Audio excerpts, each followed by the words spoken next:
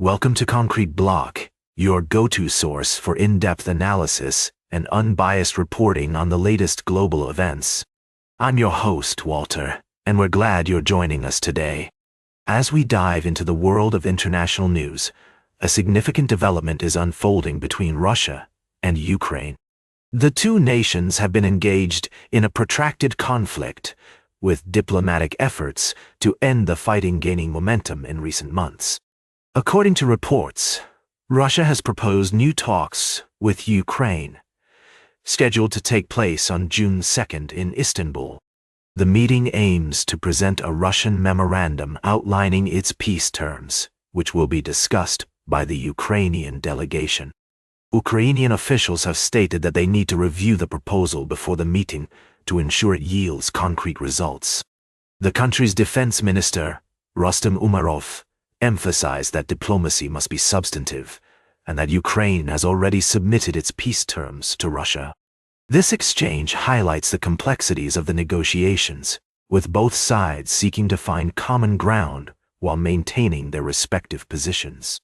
Meanwhile, US President Donald Trump has expressed frustration with Moscow's apparent stalling in the peace process. In a recent statement, he warned that he would determine within 2 weeks whether Russian President Vladimir Putin is serious about ending the conflict. This development adds an extra layer of complexity to the situation, as international pressure mounts on both parties to find a resolution. On the ground, Ukrainian President Volodymyr Zelensky has accused Russia of dragging out the peace process and seeking reasons not to end the war. He also reported that Russia is amassing over 50,000 troops near the northeastern Sumy border region, where Moscow's army has captured several settlements in an attempt to establish a buffer zone within Ukrainian territory. As we continue to monitor this situation, it's essential to consider the various perspectives and factors at play. The international community remains invested in finding a peaceful resolution to the conflict, which has resulted in significant human suffering and destruction. We'll be right back with more of today's top news on Concrete Block. Welcome back to Concrete Block. We're glad you're still with us as we dive into the complex world of international politics and humanitarian crises. Today, we're exploring the ongoing situations in Gaza and Sudan, where millions of people are facing unimaginable challenges. Let's start with Gaza, where the Israeli-Palestinian conflict has been escalating, with devastating consequences for civilians on both sides.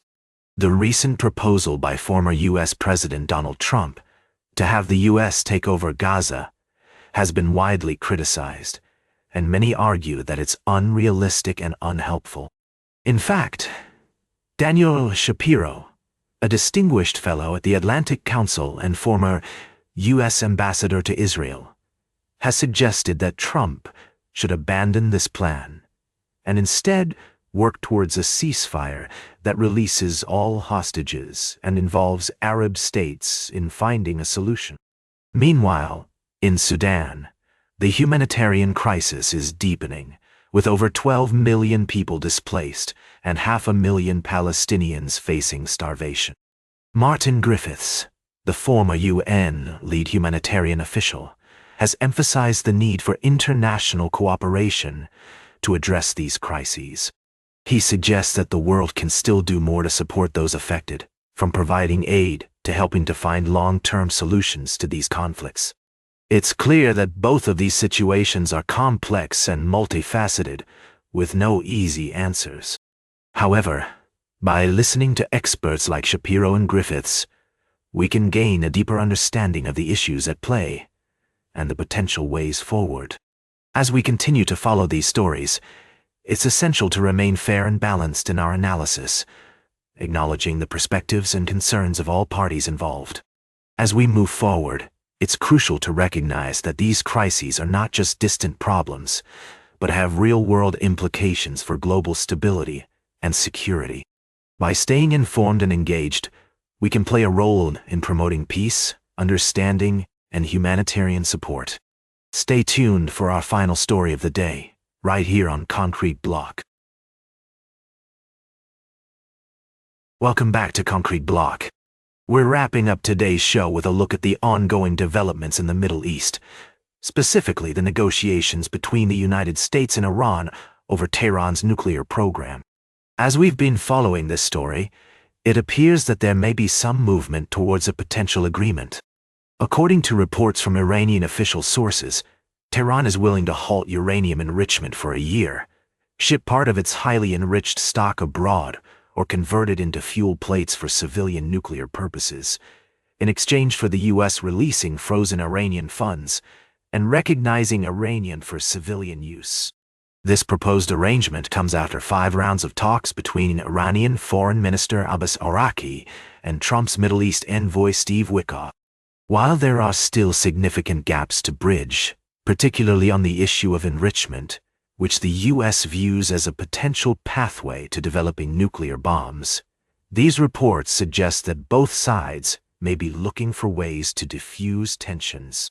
It's worth noting that Western diplomats have expressed skepticism about the chances of a U.S.-Iranian reconciliation on enrichment, and that any temporary political agreement would face resistance from European powers unless Iran displayed a serious commitment to scaling back its nuclear activity with verification. The situation is complex, with many moving parts. The U.S. has reimposed sanctions on Iran since 2018, which have had a significant impact on the country's economy. Iran, on the other hand, is grappling with mounting crises, including energy and water shortages, a plunging currency, and growing fears of an Israeli strike on its nuclear sites.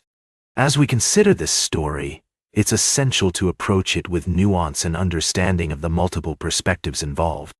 The U.S. and Iran have a long and complicated history, and finding common ground won't be easy. However, if both sides can find a way to compromise and work towards a mutually beneficial agreement, it could potentially lead to greater stability in the region. That's all for today's Concrete Block. Remember to like, share, and subscribe. And until next time, stay informed.